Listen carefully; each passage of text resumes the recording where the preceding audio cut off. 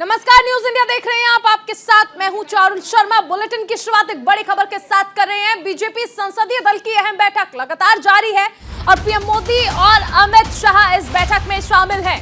बड़ी खबर आपको बताई जा रही है। बीजेपी संसदीय दल की बैठक चल रही है जिसमें प्रधानमंत्री नरेंद्र मोदी और गृह मंत्री अमित शाह भी शामिल हैं। बीजेपी अध्यक्ष जेपी नड्डा ने संसदीय दल की बैठक में शिरकत की हुई है। बीजेपी नेताओं ने प्रधानमंत्री नरेंद्र मोदी का स्वागत किया है। चुनाव में प्रचंड जीत पर प्रधानमंत्री नरेंद्र मोदी को बधाइयां भी दी गई हैं।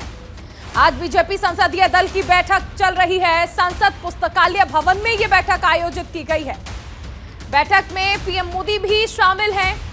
यह पहली बार हो रहा है जब पीएम मोदी शीतकालीन सत्र के दौरान संसदीय दल की बैठक में शामिल हो रहे हैं।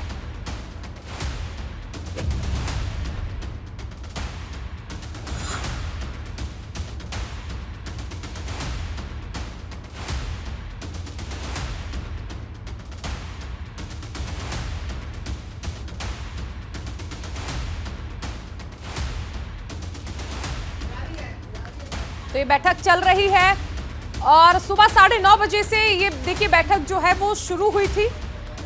बीजेपी संसदीय दल की बैठक जिसका आयोजन संसद पुस्तकालय भवन में किया गया है। प्रधानमंत्री नरेंद्र मोदी भी इसमें हैं और गृह मंत्री अमित शाह भी शामिल हैं। बीजेपी अध्यक्ष जेपी नड्डा भी इसमें हैं। जैसे ही प्रधानमंत्री नरेंद्र मोदी पहुंचे वैसे ही सभी ने प्रचंड जीत के लिए उन्हें शुभकामनाएं दी। ये पहली बार हो रहा है जब एक तरफ संसद का शीतकालीन सत्र चल रहा है तो दूसरी तरफ संसदीय दल की बैठक में प्रधानमंत्री नरेंद्र मोदी भी शामिल हैं। सहयोगी दीपक हमारे साथ बने हुए हैं।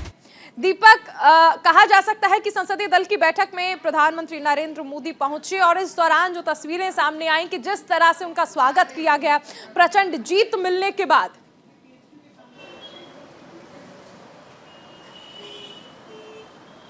जी बिल्कुल चारुल, अगर बात की जाए तो बीजेपी संसदीय दल की बैठक पार्लियामेंट के अंदर हो रही है और जब प्रधानमंत्री नरेंद्र मोदी जब पहुंचे तो बीजेपी राष्ट्रीय अध्यक्ष गृह मंत्री अमित शाह और रक्षा मंत्री राजनाथ सिंह बीजेपी राष्ट्रीय अध्यक्ष जेपी नड्डा ने उनको माला पहनाकर उनका भव्य स्वागत किया, जिसमें सभी सांसद थे वो तालियां उन्होंने बजाई और मोदी मोदी के नारे लगाए। उसके बाद जो प्रदेश अध्यक्ष थे गुजरात के CR पाटिल, उनके नाम के भी नारे लगे। तो जाहिर सी बात है जो बहुमत और अगर बात की जाए जो 27 साल का बीजेपी ने खुद अपना रिकॉर्ड तोड़ करके इस बार जो गुजरात में उसने ऐतिहासिक जीत दर्ज की है उसको लेकर प्रधानमंत्री नरेंद्र मोदी का स्वागत किया गया। क्योंकि देखिए अब क्या है कि कल जिस तरीके से कल अगर बात की जाए तो कल 2.5 घंटे तक लोकसभा चुनाव को लेकर बैठक चली। तो अब बीजेपी क्या है कि अब लोकसभा में जुट गई है। हालांकि अगले साल 8 राज्यों में चुनाव है, पर प्रधानमंत्री जब संसदीय दल की बैठक में पहुंचे तो उनका जब भव्य स्वागत किया पार्टी अध्यक्ष थे, जितने भी जो राज्यसभा सांसद हैं या लोकसभा सांसद हैं उन्होंने उनका स्वागत किया। हालांकि देखिए अगर बात की जाए तो प्रधानमंत्री अब से कुछ देर में सांसदों को संबोधित भी करेंगे। अब ये देखने वाली बात होगी चारुल कि प्रधानमंत्री सभी सांसदों को क्या कहते हैं। हालांकि इससे पहले भी मैं आपको बता दूं कि जब प्रधानमंत्री ने जब बीजेपी संसदीय दल की बैठक थी तो प्रधानमंत्री ने सभी सांसदों को एक गुरु मंत्र भी दिया था और साफ कहा था कि आप अपने क्षेत्र में जाइए, जनता से बात कीजिए, जनता के घर जाइए, जो कार्यकर्ता है या फिर जो जिला अध्यक्ष है उनके साथ बैठे, उनके साथ चाय अक्सर ही कहा जाता है भारतीय जनता पार्टी की ओर से कि बीजेपी हमेशा इलेक्शन मोड में रहती है, चुनाव चाहे कहीं पर भी हो। ये तस्वीरें हमने यहाँ पर भी देखी थी। आपको याद होगा जैसे ही उत्तर प्रदेश में जीत मिली थी, जिस दौरान राज्य में चुनाव हुए थे, तुरंत प्रधानमंत्री उसी शाम अहमदाबाद पहुंच गए थे, गुजरात चुनाव के लिए लग गए थे। ऐसी ही खबरें अक्सर भारतीय जनता पार्टी की ओर से देखने को मिलती है। यानी इस तरफ हम जो देखेंगे, सांसदों ने प्रधानमंत्री नरेंद्र मोदी को प्रचंड जीत के लिए शुभकामनाएं दी और उसके तुरंत बाद अब जो अगर हम देखें तो अगले साल जिस तरह से 8 राज्य में चुनाव होने हैं उसके लिए जीत का मंत्र भी यहां पर दिया जा सकता है संबोधन में।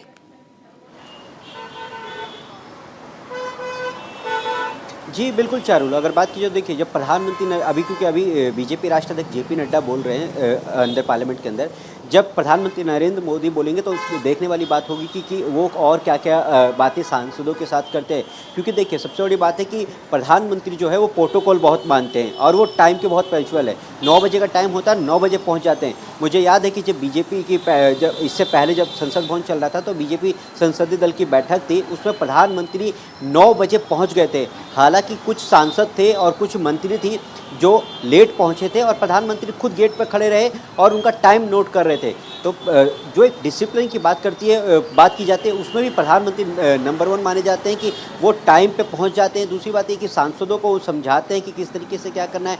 हालांकि अगर बात की जाए तो देखिए अगले साल 8 राज्यों में चुनाव है। जिस तरीके से आपने बात की है, देखिए प्रधानमंत्री अपना जो वोट है वो अहमदाबाद में डालते हैं, उसके तुरंत बाद 11 बजे वोट डालते हैं और 1:30 बजे वो दिल्ली पहुंच जाते हैं। 1:30 बजे फिर वो मीटिंग लेते हैं कार्यकर्ताओं के साथ। तो जाहिर सी बात है बीजेपी हमेशा चुनाव के मूड में रहती है, चाहे वो नगर निगम के चुनाव हो या फिर लोकसभा या विधानसभा। इसमें तो कोई दो राय नहीं है दीपक कि बीजेपी हर चुनाव को गंभीरता से लेती है, लेकिन यहाँ पर सिर्फ क्या ये माना जाए कि जो जीत की शुभकामनाएं हैं, प्रचंड जीत की, वहां पर बात खत्म होती नजर नहीं आती है। मुझे लगता है कि भारतीय जनता पार्टी जो मंथन कर रही है वो भी इसलिए जरूरी है क्योंकि गुजरात के रिजल्ट के साथ ही रिजल्ट हिमाचल का भी आया है और एमसीडी का भी आया है। ए हाथ से भी ये संबोधन जरूरी हो जाता है कि वो कमियां जो रह गई, जो हिमाचल और एमसीडी में जीत नहीं दिला पाई, उस पर भी काम करना जरूरी है। क्या इसका जिक्र भी यहां पर संभव है? हाँ जी बिल्कुल। जिस तरीके से अगर बात की जाए तो जो हिमाचल में जो करारी हार मिली है, और खासकर करारी हार तब मिली है जब अपने ही लोगों ने धोखा दिया। जो बीजेपी के बागी नेता थे जो खड़े हो गए थे, उनकी वजह से पार्टी को सबसे ज़्यादा नुकसान हुआ है। वहीं अगर बात की जाए तो एमसीडी में वही हाल रहा है कि जो बागी हैं, जो इनके बागी जो जिन्होंने चुनाव लड़ा या फिर उन्होंने किसी और को समर्थन कर दिया, तो उस पर भी प्रधानमंत्री जब बोलेंगे तो देखने वाली बात होगी कि और क्या क्या बोलते हैं। क्योंकि अगर बात की जाए तो देखिए हिमाचल प्रदेश जो है बीजेपी राष्ट्रीय अध्यक्ष जेपी नड्डा का अपना गृह क्षेत्र है, उस पर भी बात होगी। हालांकि केंद्रीय मंत्री अनुराग ठाकुर आते हैं वहाँ से, उन पे भी बात होगी कि आखिर ऐसा क्या हुआ कि केंद्रीय मंत्री अनुराग ठाकुर की जो लोकसभा सीट है उसमें सिर्फ पाँच विधानसभा सीटें आई है। तो जब प्रधानमंत्री बोलेंगे, हालांकि देखिए प्रधानमंत्री हमेशा वैसे मोटिवेट करते हैं कि चलिए कोई बात नहीं, अगर आप हार गए तो आप अगले काम के लिए लगे, अगले मिशन के लिए लगे। तो जब प्रधानमंत्री जब अपना संबोधन करेंगे तो ये बड़ी बात होगी कि हिमाचल और दिल्ली एमसीडी को लेकर क्या बोलते हैं, और उनकी जो लगातार जो गुजरात में जो रैलियाँ रही हैं, या अगर बात की जो ऐतिहासिक जीत रही है उस पर प्रधानमंत्री क्या क्या बोलेंगे, ये सुनने वाली बात होगी। चारुल बिल्कुल दीपक, ये भी समझना चाहेंगे आपसे कि देखिए यहाँ पर सांसदों का संबोधन है और एक तरफ शीतकालीन सत्र भी चल रहा है और उसमें देखिए विपक्ष के पास तमाम मुद्दे हैं। तो क्या यहाँ पर, क्योंकि देखिए कई पार्टियों की ओर से हिदायत दी जाती है कि ऐसे मुद्दों पर जवाब नहीं देना है, जानकारी नहीं देनी है। हालांकि विपक्ष उन मौकों को नहीं छोड़ता है जिसके जरिए वो सरकार का घेराव कर सकता है, और इस वक्त अगर हम देखें तो कई सारे ऐसे मुद्दे हैं जिसको लेकर भारतीय जनता पार्टी का घेराव किया जा रहा है, चाहे यूसीसी का मुद्दा हो या फिर हाल में जो चीनी झड़प हुई है। और इसके साथ ही देखिए अगले साल जो चुनाव होने हैं कर्नाटक और महाराष्ट्र में, अगर हम देख लें तो जो सीमा विवाद चल रहा है उसको लेकर भी कहा जा रहा है कि गृह मंत्री अमित शाह से मुलाकात करेंगे दोनों राज्य के सीएम। तो क्या इन बारीकियों पर भी फोकस किया जाएगा या फिर इन मुद्दों को बाद में सुलझाया जाएगा, इन पर चर्चा बाद में की जाएगी? क्या ऐसा कुछ जानकारी है आपके पास?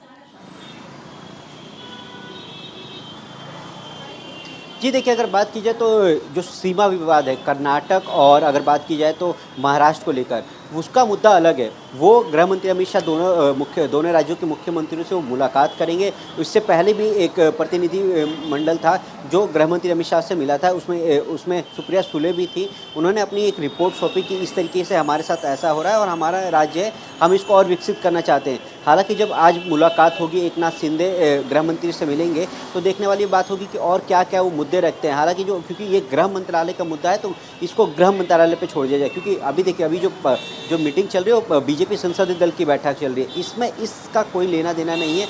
हालांकि जब ये दोनों मुख्यमंत्री जो है कर्नाटक के मुख्यमंत्री और महाराष्ट्र के मुख्यमंत्री करीब 12 साढ़े 12 बजे के आसपास वो गृह मंत्री अमित शाह से मुलाकात करेंगे और अपनी जो विस्तार से जो सीमा विवाद है उसको लेकर वो बातचीत करेंगे। उसमें देखना होगा कि क्या हल निकलता है, क्योंकि इससे पहले भी हमने देखा था कि गृह मंत्री अमित शाह ने कई राज्यों की जो बात की जाए तो जो सीमाई क्षेत्र हैं उनको लेकर भी लगातार बैठक की और उसको सुलझाया भी। तो लगता है इस बार भी ये जो कर्नाटक और जो महाराष्ट्र का जो सीमा विवाद है उसको भी गृह मंत्री जल्दी इसको पूरा खत्म कर देंगे। जो लगातार ऐसे हैं जिसके जरिए विपक्ष सरकार को लगातार घेर रहा है और इनका निस्तारण जरूरी है। बहुत शुक्रिया दीपक इस तमाम जानकारी के लिए।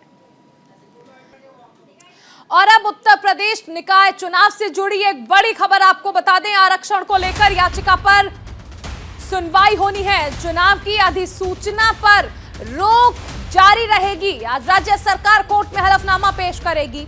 हाईकोर्ट ने अधिसूचना जारी करने पर रोक लगा दी है। ओबीसी आरक्षण मामले को लेकर कोर्ट में सुनवाई भी चल रही है। हाईकोर्ट में आज फिर से मामले की सुनवाई होनी है। हलफनामे के लिए सरकार ने कोर्ट से समय मांगा है।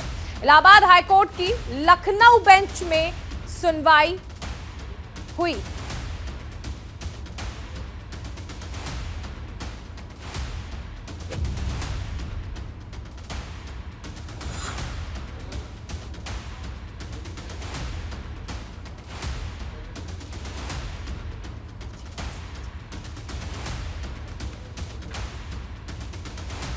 तो देखिए ये सुनवाई हुई जिसमें आज राज्य सरकार कोर्ट में अपना हलफनामा पेश करेगी। कोर्ट ने अधिसूचना जारी करने पर रोक लगाई हुई है।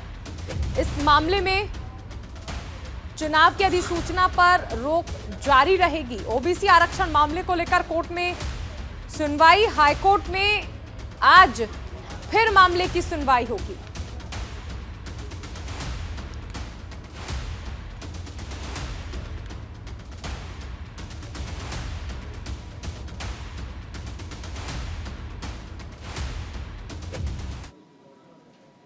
और अब कांग्रेस की भारत जोड़ो यात्रा से जुड़ी बड़ी खबर आपको बता दें। राजस्थान में आज इस यात्रा का 10वां दिन है। कांग्रेस नेता राहुल गांधी ने आज सवाई माधोपुर में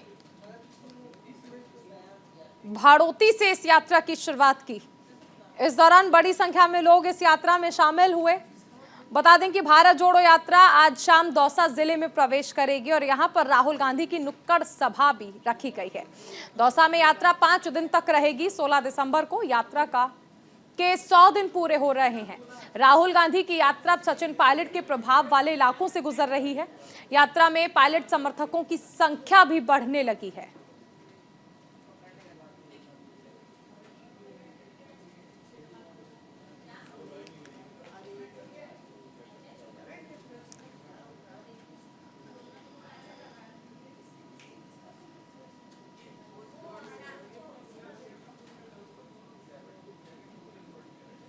उधर बिहार में शराबबंदी के बावजूद घटिया किस्म की शराब का कारोबार तेजी से चल रहा है।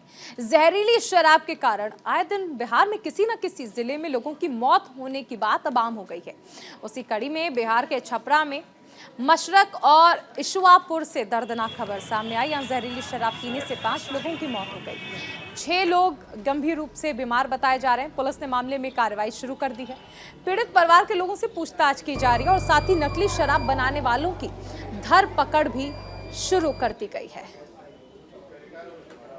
तो एक तरफ बिहार में शराबबंदी, लेकिन उसके बावजूद घटिया किस्म की शराब बिक रही है। जहरीली शराब परोसी जा रही है और इसी क्रम में 5 लोगों की मौत हो गई जहरीली शराब पीने से, पर 6 लोग अभी भी गंभीर रूप से बीमार बताए जा रहे हैं।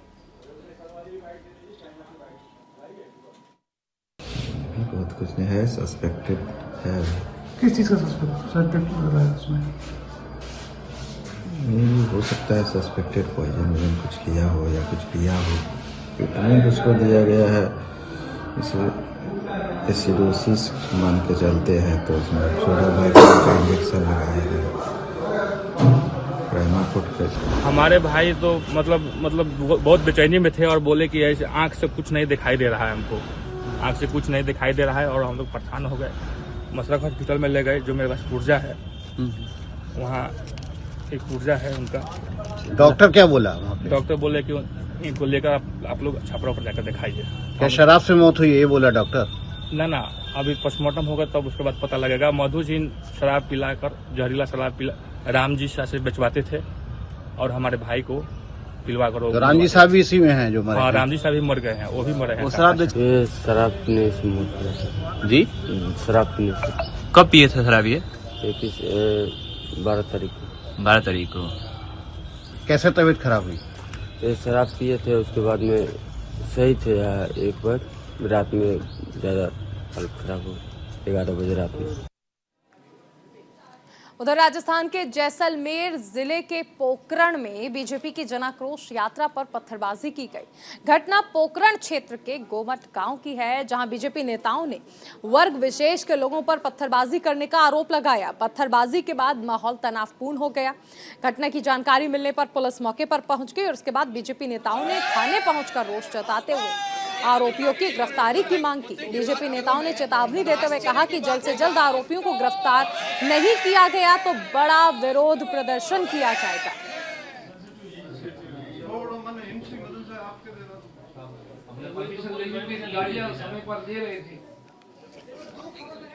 बीजेपी कार्यकर्ताओं पर हमला किया गया। इसके बाद बीजेपी कार्यकर्ता धरने पर बैठ गए। उनका कहना है कि अगर जल्द से जल्द आरोपियों की गिरफ्तारी नहीं की गई तो बड़े लेवल पर यह प्रदर्शन किया जाएगा। आज जन आक्रोश रैली को लेकर हमारा अंतिम दिन था। अंतिम दिन हम ग्राम पंचायत गोमट के अंदर आज रैली कर रहे थे। उस समय जब हम गांव के अंदर प्रवेश कर रहे थे, उस समय 15-20 लोग गांव के बाहर खड़े थे और वो पाकिस्तान जिंदाबाद के नारे लगा रहे थे। जब हम मीटिंग करके वापस लौटे, उस समय उनकी संख्या बढ़कर के 60-70 हो गई और वो लोग ऐसे ही नारे लगा रहे थे और हम सबकी गाड़ियों पे पथराव किए। मेरी गाड़ी के ऊपर बड़ा सा पत्थर डाला, जिससे उस गाड़ी में टूट फूट हो गई है। हम इस प्रकरण को लेकर के आज पुलिस थाना पोकरण में आए हैं, उसका घेराव किया है और उचित जो हमें आश्वासन दिया गया है कि हम कल सुबह तक जो है मुलजिमों को लेकर के आएंगे। अगर नहीं लाए तो सुबह जन आक्रोश रैली हम यहाँ कर करेंगे या पुलिस का घेराव करेंगे। हम यही मांग करते हैं कि जल्द से जल्द उन आरोपियों को गिरफ्तार करें और आगे ऐसी इस तरह की घटना न हो। जो हमारी रैली थी, जन आक्रोश रैली के ऊपर पथराव किया और पथराव को लेकर के हम यहाँ पिछले 3 घंटे से धरने पर बैठे थे और अभी पुलिस के आला अधिकारियों से बात हुई। माननीय पूर्व विधायक शैतान सिंह से, आईदान सिंह से, हम सबसे एसपी जैसलमेर ने बात की। उन्होंने कहा कि सुबह तक समय दिया जाए। सीआई साहब और डिप्टी साहब के उचित आश्वासन के बाद हम लोग यहाँ धरने से उठे हैं। अगर सुबह 9 बजे तक अपराधियों को गिरफ्तार नहीं किया तो पोकरण की सड़कों को जाम किया जाएगा, उग्र आंदोलन करेंगे, जिसकी संपूर्ण जिम्मेदारी पुलिस प्रशासन की होगी। और जिस तरह की अपराध की घटनाएं बढ़ रही है, उससे ये साफ जाहिर होता है कि कहीं न कहीं लोगों को सहम मिल रही है। ऐसे लोगों को तत्काल गिरफ्तार करके और अंदर डाला जाए और 9 बजे तक का टाइम है। 9 बजे के बाद नहीं आते हैं तो पुनः यह धरने पर आकर बैठ जाएंगे। और इसी के साथ इस बुलेटिन में फिलहाल इतना ही। आप बने रहिए न्यूज़ इंडिया के साथ।